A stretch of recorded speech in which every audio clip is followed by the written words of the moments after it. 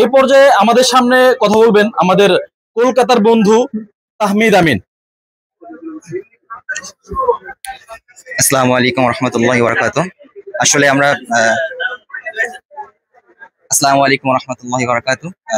আসলে এই লিটল ম্যাগ এখানে দাঁড়িয়ে কথা বলার মতো যোগ্যতা আমার নেই, তবুও ভাইরা বলছেন যখন। পবিত্র প্রণয়ের নিয়ে কথা বলতে গেলে সর্বপ্রথম আমার যে লাইনটা খেয়ালে আসছে, আমাকে দিও না প্রভু সে ঘুম, যে ঘুম শোনে না আসসালাতু খায়রুম মিনান নাওম।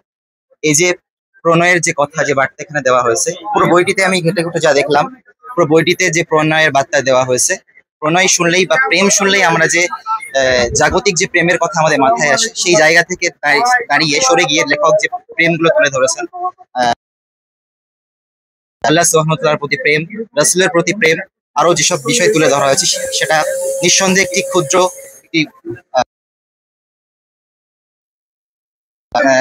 দ্বিতীয় মুদ্রণের যে মোড়ক উন্মোচন, এটা অনেক বড় একটি সফলতা। আল্লাহ তাআলা আরো বেশি বেশি এই বইয়ের প্রচার হোক, আরো বেশি বেশি পাঠকের কাছে এই বই পৌঁছাক, এপার বাংলা থেকে শুরু করে ওপার বাংলা পর্যন্ত সবার কাছে পৌঁছাক। আল্লাহ সুবহানাহু ওয়া তাআলা আমাদের সকলকে কবুল করুন। আল্লাহুম্মা আমিন।